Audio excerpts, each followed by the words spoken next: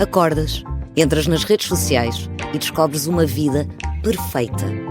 Mas qual será a verdade por detrás do que é publicado? No novo episódio de Beleza Real, converso com a criadora de conteúdos Catarina Rochinha sobre o tema. Olá, bem-vindos ao novo episódio de Beleza Real, um podcast Dove com o Observador. Hoje vamos fazer um exercício e vamos imaginar que acabou de acordar, ligou as redes sociais e não vai ser difícil de encontrar estes conteúdos. Um pequeno almoço saudável, uma ida ao ginásio, skincare, a procura do look perfeito, da vida perfeita. Andamos todos à procura da vida perfeita e nenhum de nós parece saber o que isso é. Antes dávamos estas informações através das revistas. Hoje em dia, basta abrir o telemóvel. E isso causa claramente uma comparação maior com a nossa realidade e a dos outros. E às vezes nem é uma realidade, é simplesmente uma ilusão. Num estudo Dove, 3 em 4 mulheres portuguesas afirmam ter uma pressão maior nas redes sociais para darem o melhor de si. O resultado não pode ser positivo. E hoje vamos falar sobre isto.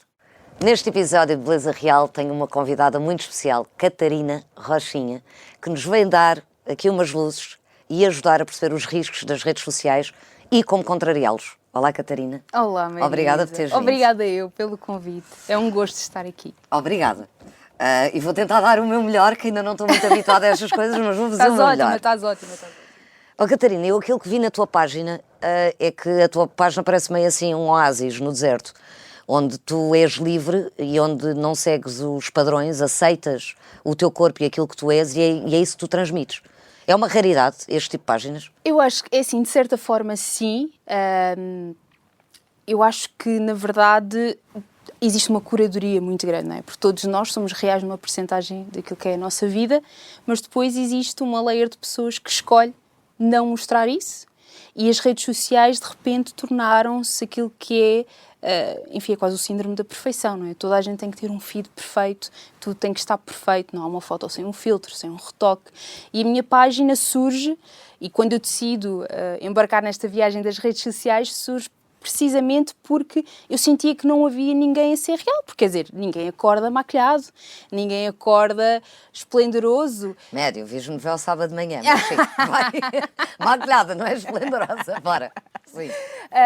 Mas a verdade é que, de repente, há esta narrativa no digital de vidas aparentemente perfeitas, mas são só isso, não é? É a aparência e não aquilo que é a realidade, no fundo. Mas tu sempre tiveste, tu desde que criaste a página pensaste nisso, porque tu vens de uma geração, não muito distante da minha, mas, aliás, a mesma geração, acho eu, que não tínhamos este tipo de coisas, começou o início, né? Sim, eu sinto que atravessei, sim, tudo, não é? Que é não ter computador em casa, para passar a ter computador em casa, para passar a ter internet, que ainda me lembro de ligar o cabo e perguntar ao meu pai se podia ir à internet, porque ficávamos sem telefone, para de repente aparece Mirk, redes sociais, Wi-Fi, e de repente evoluímos para um sítio onde o poder da criação de conteúdo está às mãos de qualquer pessoa com um telemóvel, não é? Porque isto é surreal, lembro dos telemóveis não terem internet sequer, não é? Certo.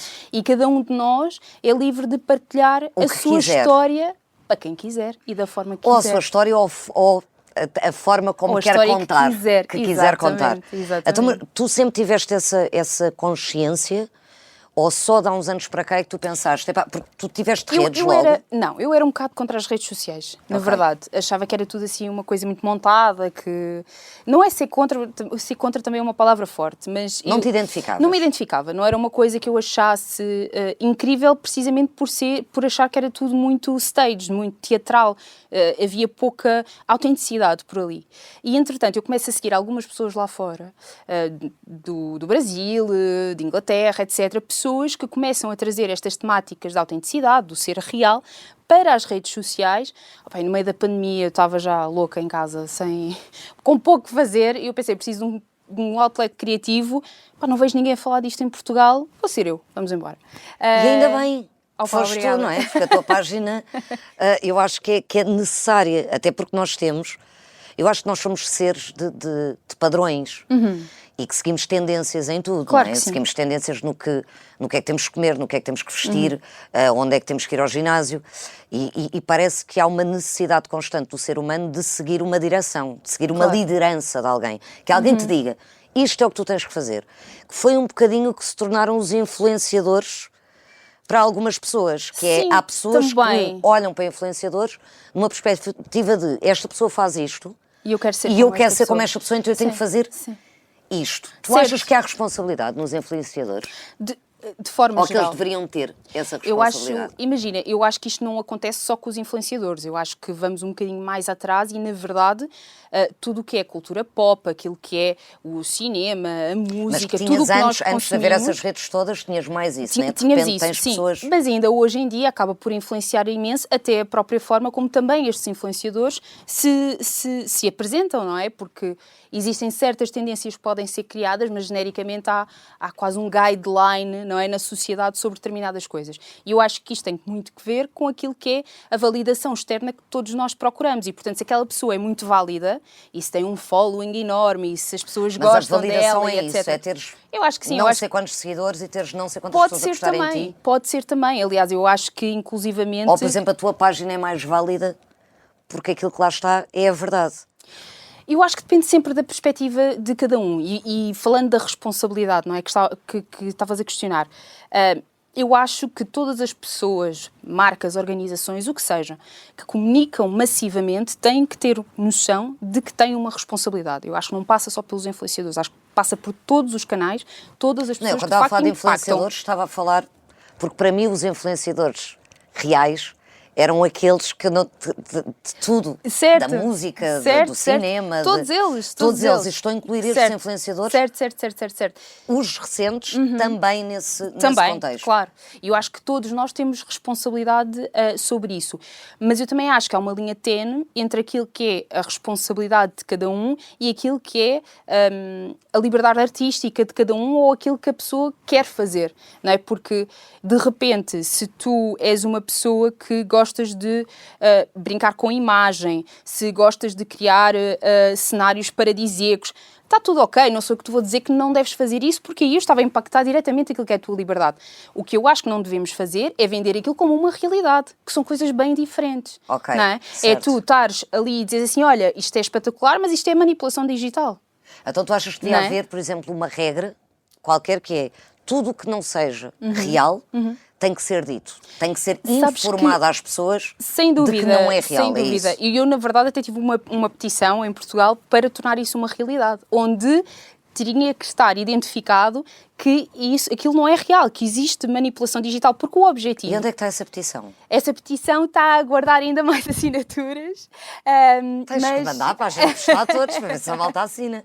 Porque acho que é sabes, fixe nós sabermos o que é ótimo, verdade e o que claro, é que não é. Claro que sim. E mais do que ser bom, eu acho que é mesmo necessário. E existem muitas indústrias que estão balizadas e que têm que responder a determinados códigos, seja da publicidade, seja do jornalismo, seja do que for, porque existe responsabilidade na comunicação massificada.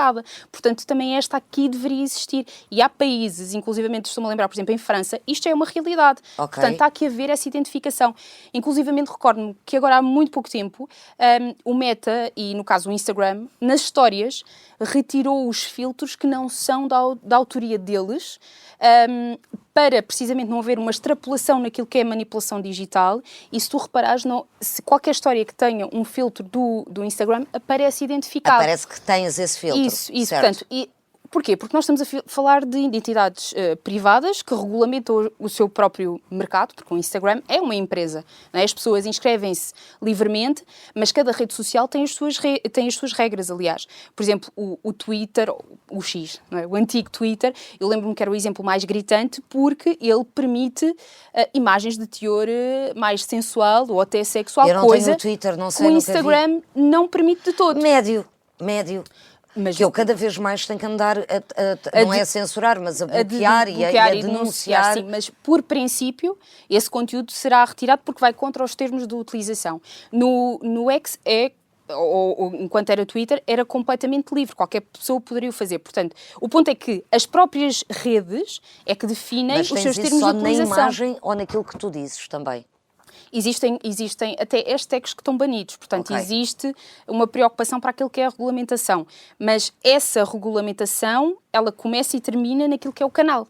E não existe nada superior a isso. O que França fez com este tipo de coisas, de se existe a manipulação da imagem, de alguma forma tem que estar identificado, ele coloca uma layer acima daquilo que é a utilização da rede social. E eu acho que essa consciência é muito, muito importante. Eu acho que é necessária, não Sem é? dúvida. Pela saúde mental de todos, Claro. porque começamos a comparar-nos a coisas que não existem. Exato, Não é? exato. E a tentar sermos uma coisa. Aliás, ultimamente, né, nós tentamos alterar tudo aquilo que somos e encontramos aqui uma ilusão de filtros e de uma data de coisas que tu podes escolher exatamente o que tu pões, na hora que tu quiseres pôr, e que às vezes até fizeste aquilo há uma semana e que estás a dizer que estás a tomar agora aquele pequeno almoço, papapá. Esta responsabilidade, porque se não houvesse, se as respostas não fossem negativas a nível da saúde mental, de como as mulheres e os homens se sentem, e cada vez mais crianças a terem problemas de autoestima, por causa de exemplos que tu tens que não são reais, até que ponto é que um conteúdo negativo, na tua opinião, devia ser responsabilizado? E o responsabilizado é o quê? Deixas de ter essa rede social, tens uma coima, é um crime, porque tu passares informação falsa, e isso pode ser do que quer que seja, sem informares que ela é falsa, não é? Há muita gente que está com estados de ansiedade altíssimos, por causa da pressão que sente ao ver que a vida delas, se calhar, não é assim tão fixe como a vida dos outros. Certo, eu percebo. Eu acho que há dois lados, e nós temos que pesar os dois lados. Aqui falando em adultos, não é? Certo. Eu acho que é muito importante as pessoas, de repente, refletirem sobre isto, que é, pela primeira vez, o poder de consumir ou não está do teu lado, porque tu não estás a assistir um canal de televisão que tem uma matriz, que tem um roteiro. Tu não estás a consumir uma revista que foi editada, que foi lançada e está ali para o teu consumo. Tu decides literalmente quem queres ou não seguir. E eu acho que este é um lado da responsabilidade. Porque eu, enquanto pessoa, e se trabalhar aquilo que é a minha gestão emocional, aquilo que é a minha confiança, se isso é uma prioridade para mim, eu não vou seguir quem me ativa gatilhos. Certo, eu não mas vou nós fazer isso para mim. Estamos num mundo onde está toda a gente, tão que quase que deveria haver alguém que te dissesse quem é que tu deves seguir, porque há pessoas que não têm essa... Mas aí, às tantas, onde é que está ter... Mas depois, é um assunto em que a linha, eu acho que é muito ténue, porque a pessoa deve ser livre, não é de escolher o conteúdo que quer, estejamos a falar de consumir. de claro, como é evidente, não é? Seja. Dentro daquilo que é a legalidade das coisas. Eu acho é que isto é um balanço entre as duas partes, que é, eu acho que sim, as pessoas que criam conteúdo devem ter consciência de que esse conteúdo vai ser visto e vai ter um impacto direto na vida das pessoas, seja positivo, seja negativo, e as pessoas também têm esse poder nas suas mãos. Por exemplo, se falarmos do Healthy Unfollow, que é um movimento em que pressupõe precisamente o deixar de seguir e que não tem que ser permanente, portanto pode ser uma coisa que tu durante algum tempo deixes de seguir, porque a verdade é esta, é que um gatilho para mim pode não ser um gatilho para ti. Imagina que de repente, na minha comunidade, eu decidia emagrecer e que eu estava aqui a passar por um momento de transformação de emagrecer. Pessoas que me seguem, porque aceitação não é estagnação, são coisas diferentes. Imagina que aquilo ia criar algum gatilho em alguém que me segue, porque para ela pressão, isso é uma coisa que também quer emagrecer e não consegue, e aquilo em vez de estar a ser fixe, está a fazer-lhe mal psicologicamente. Deixa-me se calhar de seguir durante algum tempo. Mas eu nunca vou fazer aquilo de forma a que seja um gatilho, mas eu também não consigo controlar a forma como a própria pessoa as pessoas vão reagir interpreta. A uma informação, sim. Oh Marisa, isto é como o bom senso, só que eu acho que o bom senso não se vende, percebes? Não está ali na loja do lado. Eu acho que tem que ser um equilíbrio. E devia estar na loja do lado a €1. Opa, sim, de graça, ou menos. De patrocínio. Mas eu acho que tem mesmo que ser esta gestão emocional, na verdade como tudo na vida, não é? Tem que ser esta gestão emocional entre uma coisa e outra e tu teres a capacidade de refletir, porque nós não somos também uns bananinhas que consumimos tudo o que nos aparece. Médio, né, Catarina? A minha dúvida é que nós tivemos que ser ensinados desde crianças o que esta comida faz-te bem, esta faz-te mal, esta faz isto, esta faz aquilo. As redes foram tipo um tsunami. Total, onde a malta, eu concordo. Onde a malta está num início muito, muito grande de perceber. E eu não quero ser mal interpretada. Isto faz-me bem, isto não me faz bem. Eu própria digo-te, depois o algoritmo põe-te páginas que tu segues e começa a aparecer conteúdos parecidos, não é? Sim, claro. E que eu demorei algum tempo, e eu sigo muitas notícias de política e de guerras, e comecei-me a perceber que o algoritmo estava constantemente a dar-me essa informação e que isso não me estava a fazer bem. Mas demorou um tempo até eu chegar até aí. Essa e eu realização, própria certo. fazer essa reflexão de... Porquê? Porque o que é que me deu no meu cérebro? Se eu deixar de ver isto, o meu cérebro dizia-me, parece que já não quer saber. E então estás a afastar... Entravas na culpabilização da coisa. Na culpabilização de... Como eu não quero sofrer com isto, então não vou ver. Vou-me alienar da realidade. E todo este peso e medida nas Não é redes... fácil. Não é fácil, Não porque é eu acho que fácil. estamos todos muito no início ainda de perceber o quão positivo ou o quão negativo isto pode ser.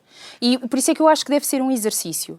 E acho que nós devemos testar de um lado e do outro como é que devemos fazer, porque às tantas o reverso da medalha é o quê? É proibir determinados conteúdos, ou seja, são perguntas muito, muito, muito grandes a serem feitas e todas elas são válidas. Aquilo que eu encontro como melhor resposta, até enquanto consumidora, para me movimentar nas redes sociais, é que de hoje para amanhã uma pessoa que eu sigo... hoje o conteúdo pode ser super fixe, amanhã existe alguma coisa que se torna um gatilho para mim, mas aquela pessoa se calhar até nem mudou. É só uma coisa que é algo interno meu. Sim. Mas aqui estamos a falar de adultos conscientes, ok? Não estamos, por exemplo, há bocadinho estavas a falar das crianças e eu acho que aí já é outro tema completamente diferente. Ainda assim, eu acho que é importante rodearmos, tal como na nossa vida, de pessoas que nos acrescentam, de conteúdo que nos acrescenta. Como se estivéssemos a escolher os nossos amigos, não é? É um bocadinho isso, não é? Agora, isto responde àquilo que é os comportamentos sistemáticos que causam todas estas dores? Não, claro que não, porque a responsabilidade não pode ser posta exclusivamente do lado do consumidor. Atenção, certo. Não é isso que eu estou a dizer. Consumidor, portanto, a pessoa que está a ler ou consumir o conteúdo. Tu na televisão, tu mudas o canal. Certo. Tu nas redes às vezes não tens essa... Tu basta fazeres assim que te aparece conteúdos Pode-te aparecer outra... Total. Eu acho que é mesmo um equilíbrio entre as duas coisas, não desresponsabilizando, como é óbvio, aquilo que é o alimentar do padrão de beleza, da standardização da beleza, e que para mim é completamente surreal, porque é das coisas menos factuais que existem. O ser belo. O que é bonito, não é? O que é bonito? É que é uma construção social, é uma construção económica, e é uma geográfica. construção que muda de 10 em 10 anos. O que é bonito é uma Até coisa de um já sítio diferente, para outro. não é? Há bocadinho aqui, até em off, estávamos a falar de praias, não foi? E eu falei da Tailândia. Eu lembro-me de estar na Tailândia e achar super estranho ver pessoas cobertas dos pés à cabeça. E depois percebi que eram turistas do Japão e que a cultura de uma pele branca é o que é bonito. Enorme. E é o que é bonito. Enquanto aqui todos nós queremos uma pele, ou alguns de nós, querem mais uma pele morena, bronzeada, uma pele Beyoncé, com um ar saudável. Quantas nós vezes... nunca vamos ser bonitos para toda a gente. Ou o contrário. Não é? Em vez de ir para o lado negativo. Sim. É um conceito altamente amplo e que não é de todo... Não existe, quer dizer... portanto, vai ser sempre muito, muito, muito diferente de um sítio para o outro. E no caso lá é porque a pele branca está diretamente relacionada com a riqueza e com as pessoas que não estavam no campo, e essas pessoas sim que estavam no campo é que ficavam bronzeadas de estar na rua. E então ninguém quer ter um tom bronzeado. Portanto, é uma coisa altamente volátil, esta standardização da beleza. E tu achas que, por exemplo, uma das coisas que poderia acontecer quando tu tens muitos conteúdos de produtos de beleza, para ficares assim, usa isto, e que muitos deles, já eles próprios, com maquilhadoras, já têm filtros. E era aquilo que nós estávamos a falar. A partir do momento em que as pessoas saibam a verdade, claro, olha, malta, eu fiz esta maquilhagem, mas pus um filtro, sem filtro, é assim que fica. Porque senão tu andas constantemente, como andamos sempre, à procura daquilo de uma coisa que não existe. Que não existe. Que está filtrada, que tem Photoshop, que está altamente trabalhada. Diz-me uma coisa, tu tiveste alguma vez, te passou pela cabeça, eu não quero mais redes sociais? Eu vou desistir da minha página, eu não quero mais lidar com isto. Não. Desde o momento que a tive, nunca. Nunca? Nunca. Nunca te passou? Nunca. Nem um segundo? Aliás, eu despedi-me em dezembro para fazer isto de vida. A louca. Dei a louca. Disse adeus. Não é louca. Estás a ser só tu. Não. Estás a ser sincera. Nunca mais. Sabes porquê, Marisa? A quantidade de pessoas... E podia ser só uma. E isto parece assim uma coisa bué poética, mas juro, é mesmo verdade. Podia ser só uma. De pessoas que eu recebo a dizer... Olha, Cata, eu por causa de ti consigo usar um biquíni na praia. Ou por causa de ti... Nunca mais me esqueço desta, foi uma das primeiras, uma mulher nos seus 40... estás-me a emocionar, para, 40, também não é muito difícil para mim emocionar. Olha, usei pela primeira vez umas calças brancas. Toda a minha vida nunca usei porque tinha medo da solite. E por causa de ti usei umas calças brancas. E quando nós olhamos... tem impacto direto. As pessoas sentem-se acompanhadas e, mais do que isso, sentem-se refletidas. Mas tu mantens esta página até ao momento em que isto fizer sentido para ti e te fizer feliz a ti, Claro certo? que sim. A mim e às pessoas... Eu sinto responsabilidade sobre isso, honestamente. Eu sinto mesmo responsabilidade sobre isso. Mesmo que não vai dar errado, mas mesmo que desse, eu acho que em paralelo com o hobby, como tenho feito estes últimos 4, 5 anos, eu iria continuar a fazê-lo, porque é realmente necessária esta conversa. Alguma vez puseste em causa um conteúdo? Se calhar aqui não foi assim. Porque é difícil. Porque é muito difícil. É muito difícil nós estarmos aqui a dar aquele quadro do... Total. É que as pessoas têm muito essa coisa que é do género. Ela é uma pessoa confiante, então não tem estes dias. Claro que tem esses dias, ouve lá. Eu às vezes, imagina, faço uma história. Sou eu, estou ali tranquila. E depois penso assim, se calhar não está muito fixe. Se calhar vou fazer outro. É óbvio que isso acontece. Olha, uma coisa que eu tenho sempre alguma dificuldade, e eu falo disto com bastante transparência, que é, eu tenho dias da semana, não são anotados, não é? Mas imagina, acordo, ok, hoje vou estar só em casa a editar. O início do podcast, desculpa, acordas, Exato, abres as redes sociais. Exato. Não, mas imagina, penso, ok, hoje não vou para a rua, vou estar só aqui em casa a editar ou o que seja, olha, não me vou maquilhar. Porque para mim é uma dificuldade aparecer em câmara e nas redes. É uma coisa que Mas só na câmara e nas redes ou passeios de casa? Tens essa sensação também do tempo de maquilhar? também tenho. Eu acho que também são muitos anos de corporate e estar sempre bem, não é? Esta coisa de estar sempre bem. Não, o estares bem é claramente, Exato. Tu tiveres que alterar alguma coisa em ti. Exato. Para estares bem, né? O reflexo no outro. É claro que eu tenho isso, mas eu obrigo-me a passar por situações de desconforto para que seja menos desconfortável. E vai passar a ser super confortável mal essa ficha de caia. Eu não usava calções, por exemplo. Eu não usava calções, era uma coisa que me incomodava. Eu sou gordinha, as minhas pernas batem uma na outra, os calções sobem, não me sentia bonita de calções. E houve alguma página que te ajudou a isso? A teres também essa visão sobre ti mesmo? Alguma página mais positiva? Sim, estas referências que eu estava a falar, destas influenciadoras e criadoras de conteúdo que eu consumia lá fora e que depois em Portugal também descobri várias, como a Catarina Corujo, lá fora muito a Alexandra, que tem uma página que é o Alexandrismos e que é uma das responsáveis, é a responsável no Brasil pelo movimento Corpo Livre, entre muitas outras pessoas. Que movimentos é que há?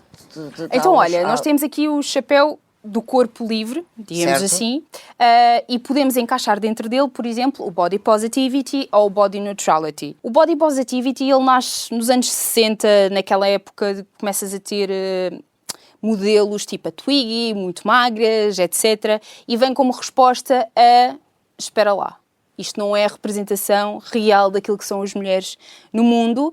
Não entres na comparação. Isto é uma mulher. Exato. Não são as mulheres. Não entres na comparação e tu tens que te amar.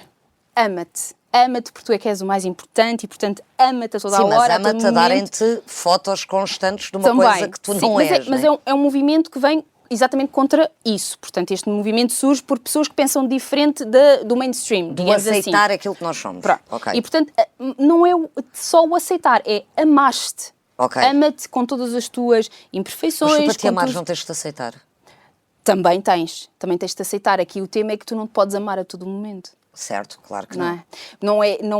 Não seria verdadeiro. Nós não nos amamos todos os dias. A toda a hora. Com todas as nossas... Nem a nós, nem a ninguém. Nem ninguém. E, portanto, depois surge, anos mais tarde, o Body Neutrality, e pela neutralidade que assume, diz precisamente isso. É quase como se fosse uma evolução, ok? Graças a Deus, alguma, sim, né? Que é, não tens que te amar a toda a hora, aceita-te. E isso já será suficiente porque o teu valor não está diretamente relacionado com aquilo que é a tua aparência. É muito mais que isso. A tua aparência é provavelmente a coisa menos interessante sobre ti. E aqui não estamos a falar só, por exemplo, de peso. Estamos a falar de tudo. Essa frase devias tatuar, não é? Já tem algumas. Mas fazer t-shirts com isso. Era bom, a tua aparência é a coisa menos interessante. Não é da minha autoria, eu li isto em algum lado, mas é muito boa. É muito boa. E, portanto, este é, no fundo, o objetivo, é as pessoas terem esta noção de que o seu valor não está intrinsecamente ligado com a sua aparência e que lá está, e que vai muito além do peso, seja o peso a mais, o peso a menos, mas a tua idade, porque um homem grisalho é um charmoso, uma mulher não se cuida, não é? Depois entramos nestas coisas, é o teu tom de pele, os teus olhos, o teu cabelo, portanto, é Mas é isso que a tua página também vem aqui fazer a diferença, porque uma coisa é dizer essas coisas, outra coisa é realmente fazer e demonstrar isso, não é? Porque todos nós podemos muito bem, aceita-te e tu és linda, mas se calhar aparece nos posts todos com maquilhagem Certo. e com a pó certa e com a luz certa e que não sei o quê. Aliás, acho que não há mulher nenhuma que não andasse com uma luz assim na rua o dia todo. Mas também é importante que eu também posso estar toda montada e estou ótima. Não, aquilo que eu estou a dizer é que na tua página haver essa sinceridade. Eu acho que sim. Quando eu te estou a dizer a alguém para se aceitar ou para se amar, eu não estou a apresentar só uma parte de mim aqui. Claro. Eu estou-me a apresentar. Claro. E eu sou isto. Certo. Tanto desmaquilhada, como maquilhada, com o cabelo ao contrário, sem cabelo. Eu tenho uma engraçada. Eu estava num shopping e apresentaram-me uma pessoa que estava no shopping e eu disse, não estou nada, olha, saí de casa, vim a correr, não estou nada arranjada. E a pessoa virou-se para mim e disse assim, eu vejo-te nos stories todos os dias. Do género, amiga, estás igual. Estás igual, é assim que eu te vejo. Exato. Mas sempre já vejo a pressão que sai. A mim já me disseram exatamente o oposto. Eu já contei esta história algumas vezes, há amigos, não assim, mas que demonstra muito a ideia, nem sei o que é que isto demonstra. Eu saí de um concerto e estava muito calor. E quando acabou o concerto eu fui ao camarim e tirei a maquilhagem toda, porque estava muito calor. E estava uma quantidade de pessoas, isto com Amor Eletro, porque queria uma foto e um autógrafo, e houve uma senhora que esperou um bocado mais, porque eu estive a tirar a maquilhagem, porque ela estava no final da fila, e quando chegou a vez dela, ela disse que não queria tirar foto comigo, porque eu estava desmaquilhada e não parecia eu, e que não queria uma foto dessas no telemóvel dela. Fez-te um favor. Para ter uma foto, e então que fosse uma foto com a pessoa que ela idealizou na cabeça dela. Isto ultrapassa, eu se fosse uma pessoa, se calhar com pouco apoio, isto tinha-me mandado abaixo de uma forma tremenda. Completamente. Não dei muito tempo a esta situação, mas fiquei extremamente triste.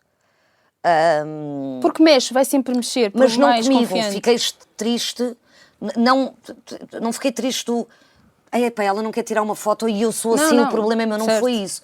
Foi o quão doente nós estamos. Sim, completamente míopes. Não é? Para não ver a pessoa que temos à frente e só vermos o filtro. Exato. Não é? Nós deixámos de ver a pessoa para passar a ver os filtros. Certo. Mas isso também diz muito mais da outra pessoa do que propriamente do contexto, deixa-me dizer-te, não é? Porque... Não, só para dar um exemplo de que as coisas tanto podem ser o oposto muito positivo, como pode esta ser pressão tremenda pode ser contigo. Sim. Pode ser com alguém, que eu não quero aparecer assim contigo. Certo. Eu quero que tu te arranjes para o meu feed ficar mais fixe. Isto é muito afora, é assim meio doente. É muito fora, é muito. Posso dar aqui depois estes estudos, vou-te ler aqui um estudo Dove. Estás preparada? Vamos lá ver se estou. 32% das raparigas diz que é importante que as selfies que tiram sejam parecidas com as das suas influencers. 32. E 41 não vê mal nenhum em alterar fotos antes de serem publicadas. Portanto, estamos a falar de 41, é quase metade. Quase metade das raparigas que foram inquiridas neste estudo dizem que não veem mal nenhum em não serem elas mesmas, em não aparecerem como elas mesmas. Que esta moda do filtro não tem nada de negativo. Portanto, não veem mal nenhum nisso. Veem que é tranquilo. Certo. O que é que tu achas? Qual é a tua opinião?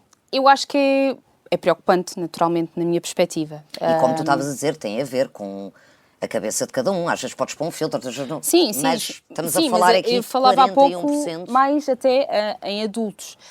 Eu acho que quando falamos da exposição das redes sociais e toda esta pressão que existe, é mais difícil. Tu estás na tua fase de desenvolvimento, estás na formação daquilo que para ti é belo. Eu posso dar um exemplo. Eu cresci nos anos 90, portanto, Kate Moss, role models de modelos extremamente magras, de peles perfeitas, fotografias de retrato, de edições gigantes, não é? Porque era o que a gente consumia nas grandes revistas, nos grandes canais. Lembro-me inclusivamente num programa que era America's Next Top Model, que era assim uma coisa... E eu amava na época com a Tyra Banks. Sim. E uma mulher que vestisse o 38 era considerada plus size, que é uma coisa completamente surreal. E eu ter a capacidade de fazer curadoria sobre o que é belo, na minha perspectiva, foram anos. Porque para mim o que era belo era uma mulher caucasiana, magra, curvilínea até certo ponto, de olhos azuis, loira muito provavelmente, ou uma morena de olhos verdes, portanto, aquele estereótipo total. E, portanto, em muitas alturas da minha adolescência, também eu quis ser aquela pessoa. Portanto, não me choca que se que 32% das raparigas diz que é importante que as selfies que elas tiram sejam parecidas com aquelas que elas se viram. sentem representadas. Portanto, se consomem um mundo que está altamente editado e um mundo que, na verdade, não é real... Quando elas chegam próximo dessa edição, elas sentem-se validadas. Okay. E, portanto... Epá, eu não sou psicóloga, mas eu diria que é por aí, como existe uma validação e como se assemelham a quem elas idolatram de certa forma, ou de quem gostam, ou quem gostariam de ser, e depois tens outra coisa, é a facilidade de acesso a estes filtros, a estes programas. Hoje em dia ninguém precisa ter um curso de 5 anos de Photoshop, como antigamente os fotógrafos tinham que ter, para conseguir uma pele perfeita. Então, com o AI, a Adobe tem ferramentas hoje em dia que tipo, é assim, é surreal. Okay. É surreal. Eu tenho a uma altura fiz um conteúdo que era, eu estava com body, assim, toda eu em bodies, e encostada a uma parede. E agora já te com vários bodies ao mesmo tempo. Era só um, ok. e gravei-me. E eu, com uma aplicação, em 10 minutos, o meu corpo ficou com menos 30 quilos, altamente curvilíneo, como se estivesse a sair de um show da Victoria's Secret. Assim. E eu fiz o reel exatamente com isso. Eu, em 10 minutos, eu não sou designer. É uma aplicação. Eu sei, mas é que isso, para quem não tem uma estrutura psicológica e emocional, isto é assustador. Tem que haver acompanhamento. Eu sinto... Pá, eu não sou mãe e, portanto, também não sei até que ponto é que existe validade para dizer estas coisas, mas eu acho que o acompanhamento é muito importante. A literacia digital devia ser, na minha opinião, obrigatório na escola. É pá, total, ouve lá. Obrigada, sim. Não, é preciso as pessoas estarem atentas àquilo que é coisas básicas de cibersegurança, aquilo que é a forma como se devem apresentar nas redes sociais, o que é falso, o que é que não é. E nós estamos a assistir a uma revolução da AI, que deixa os filtros 3 km lá atrás. Portanto, eu não sei... Já não vai conseguir vai ser uma cena surreal, o que é real do que é que não é. Tu consegues adotar personas totais. Calma, temos uma solução. A malta encontra-se com manos no café. Exato, e não há hipótese nenhuma. Mandas abaixo. Só se é um filtro físico. Portanto, eu acho que sim. Eu acho que deve passar pela educação nas escolas e pelo acompanhamento destas adolescentes e destas pessoas que se estão a formar nos nossos futuros adultos. Não é? Aliás, é uma necessidade não pensar no futuro, quando ele está aí à porta e já é o nosso presente, como é que isso ainda não foi integrado na educação das nossas crianças. Sem dúvida. E sabes que as coisas também acontecem a uma velocidade estonteante. Eu fiz um curso na faculdade, sou licenciada em Marketing e Publicidade, e eu posso dizer isto foi em 2013 e eu não tive uma cadeira de redes sociais. E já existiam redes sociais. Mas já existe cadeiras de redes sociais? Agora? Não, há mestrados só sobre redes sociais. Há? Sim. Não sabia. Claro, isto é um mundo. Claro. Eu é que vivo fora deste mundo e de todos os outros. Não, tu podes ter imensos profissionais dentro da área das redes sociais que fazem coisas completamente diferentes. Eu tenho malta que me ajuda, eu estava lixada. Porque eu não tive redes sociais até à pandemia. Só que depois na pandemia senti-me tão longe de toda a gente que o primeiro post que eu ponho tiveram que ser os meus amigos a dizer: Marisa, isto não é uma mensagem do WhatsApp. Que eu mandava beijinhos às pessoas, né? Apesar que estava a falar com os meus amigos, que não estava. Tão bom. Aqui mais um estudo. De acordo com o estudo Dove, que mencionava inicialmente, 1 em cada 2 jovens até aos 22 anos, estás-me a seguir? É influenciada a experimentar produtos e tratamentos cosméticos. Portanto, estamos a falar até aos 22 anos. Que os influenciadores aconselham nas redes sociais. Portanto, estamos a chegar a um ponto alarmante onde vemos adolescentes com rotinas de skincare de anti-aging. Por exemplo, e estamos a falar de adolescentes, já nem estamos a ir a miúdas de 9 e 8 anos. Como é que, com isto que está a acontecer, como é que tu achas que nós vamos impactar as novas gerações? Como é que a próxima geração vão começar aos 2, aos 3 anos de idade? Isto é algo extremamente preocupante. É alarmante. É alarmante. Estamos a falar de miúdas que não só não têm esses problemas, como muitos produtos que estão a pôr estão a causar problemas de pele. Porque a pele delas, os produtos que nós utilizamos diariamente, o creme de dia, o creme de noite, está feito para peles a partir de uma certa idade. Não foram nunca estudados para crianças com 12 anos ou com 11. Portanto, a partir do momento em que elas põe estes cremes, isto vai ser nocivo, seja a nível emocional e psicológico, mas também a nível físico. A pele não vai reagir da mesma forma. Isso é uma preocupação que tem surgido também na comunidade médica, por aquilo que eu vou lendo, que é não sabemos quais vão ser as consequências deste tipo de utilização, não é? Porque, quer dizer, isto é uma realidade que não acontecia aqui há uns anos e que é altamente preocupante quando nós, como dizias e bem, há inúmeros cremes que têm diferentes tipos de ácidos que reagem na pele de uma forma que é pensada para a maturidade de determinadas peles e não especificamente para crianças tão novas. Eu acho que... Crianças ou adolescentes. Ou adolescentes, claro, como é evidente. Pela fase do acne, pela fase do... que querem apagar isso tudo, como se essa fase não existisse. Certo. O que eu acho é que... Eu acho que existem aqui algumas layers. A primeira é que, embora as redes sociais tenham um limite de idade, e isso é uma coisa que está na ordem do dia e começa a ser discutido, e ainda a semana passada vi uma notícia sobre isso, se não se devia impor maiores níveis de idade para o consumo das redes sociais, mas em cima disso, como é que tu regulamentas isso? Porque supostamente muitas redes sociais são a partir dos 16 anos, mas ninguém cumpre. É como é que tu podes regulamentar isso? É uma coisa que ninguém... realmente não tens 16 e não podes não tens acesso. Mostrar o teu cartão de cidadão, uma coisa qualquer. E é sempre muito difícil, não sei qual é que vai ser a conclusão disso. Mas tens uma autorização dos pais, dos cuidadores. Mas como, não é? Honestamente não faço ideia como é que isso possa ser feito na realidade. Mas em cima disso, temos pessoas a consumir este tipo de conteúdos de pessoas que não têm a idade delas. Não é?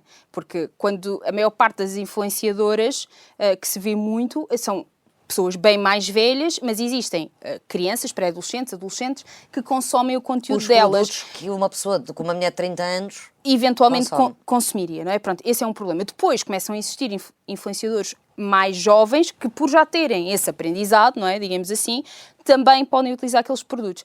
Eu acho que tem que haver uma consciência generalizada dos dois lados, de quem consome, de quem cria, pela responsabilidade, as marcas em si também, de terem consciência que quando escolhem alguém, terem consciência do seu público, para que é que aquele creme realmente serve, se etc. realmente representa a idade, a saúde daquela pele. E eu acho que, lá está, a parte toda de literacia digital, que é super importante para desmistificar estas, porque para nós é básico que um creme diário que tem ácido hialurónico não é para uma pré-adolescente. Mas a pré-adolescente pode não saber isso. Mas nós, por exemplo, nós quando tínhamos aqueles cremes mais 50, tu não compras.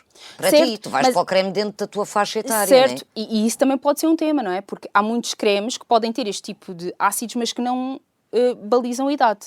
Podem não balizar a idade. Certo. Podem só dizer que é para este ou para aquele fim, por exemplo. Então, provavelmente, terá que haver, não há hipótese nenhuma, porque senão isto, não sei onde é que vai acabar, mas terá que haver alguma responsabilidade de toda a gente, não só de quem consome, como quem mostra de quem produz os produtos. E de dizer isso. Imagina, tens uma influenciadora que está com este tipo de produtos e ser referido, seja no copy, seja no vídeo, isto é um produto destinado a pele X, Y.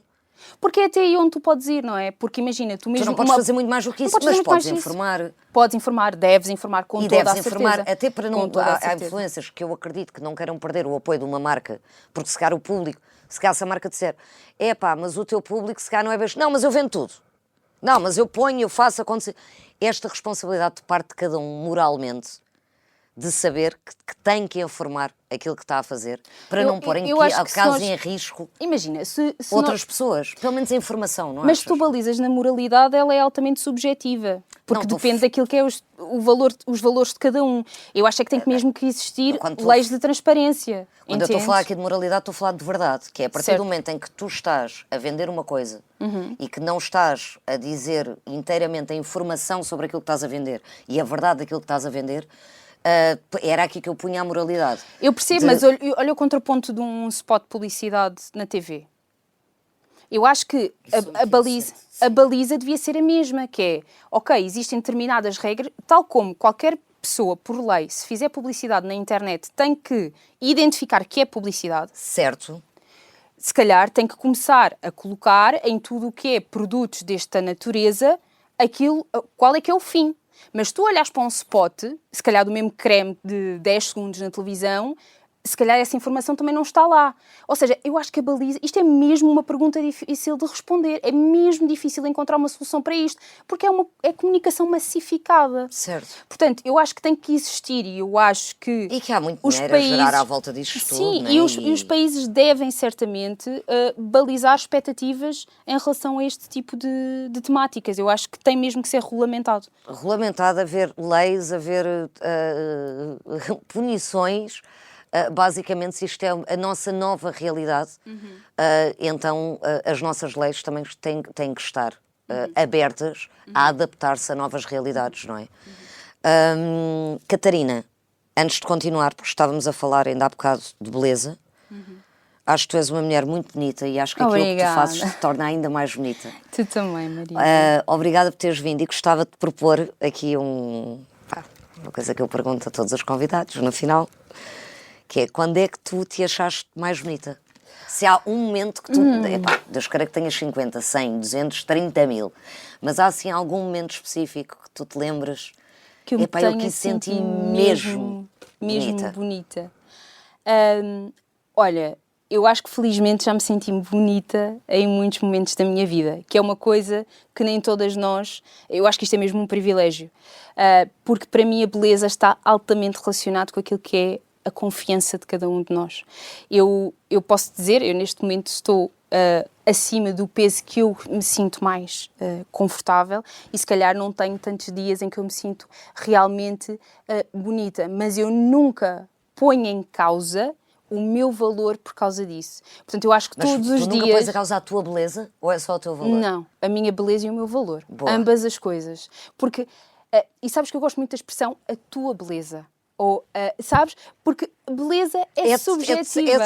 É de cada um de nós, não é? Olha, e honestamente, eu acho que me sinto mais bonita quando estou feliz, rodeada de quem me faz melhor. Se for numa mesa com a minha família, com as pessoas que me crescem, passam realmente os momentos em que eu me sinto mais bonita porque sinto-me realmente amada e no fim do dia eu acho que é tudo isso que nós queremos. E achas que é porque é com essas pessoas que tu podes ser tu? E aquilo que tu me estás a dizer é quando tu te sentes mais bonita, é quando tu podes ser tu. É quando eu estou realmente plena e estás feliz. Plena, porque não estás a pensar quem é que vai olhar. Portanto, a beleza realmente é isso. É a autenticidade. É só sermos nós. É só isso. E sentir-te bonita. Isso. Há dias que sentes-te mais, outros menos. Há dias que te vais sentir menos, mas eu acho que enquanto formos nós, seremos sempre a nossa melhor versão, sem questionar. Muito obrigada, Catarina. Obrigada eu, Maria. Para quem não segue a tua página, por favor, diz o nome da tua página. C de Catarina e depois Rochinha. Crochinha, se quiserem. Crochinha. Toda a gente a seguir toda a gente, a Crochinha. em todas as redes sociais. É o mesmo. Porque a página da Catarina provavelmente vai ajudar toda a gente, inclusive a mim, a não pensarmos tanto sobre as fotos que estamos a postar e a pensarmos mais sobre aquilo que elas querem dizer. Exatamente, exatamente. As redes sociais representam um desafio, mas também uma oportunidade. Podemos ir contra a corrente, à procura daquilo que é autêntico, à procura de nós e aceitarmos como nós somos. Corpos reais, como o meu e como o teu. Eu, com a Dave e com o Observador, vamos continuar a procurar redefinir a beleza. Todos os meses, com convidados especiais, com conversas reais, sem filtros, juntos. Vamos?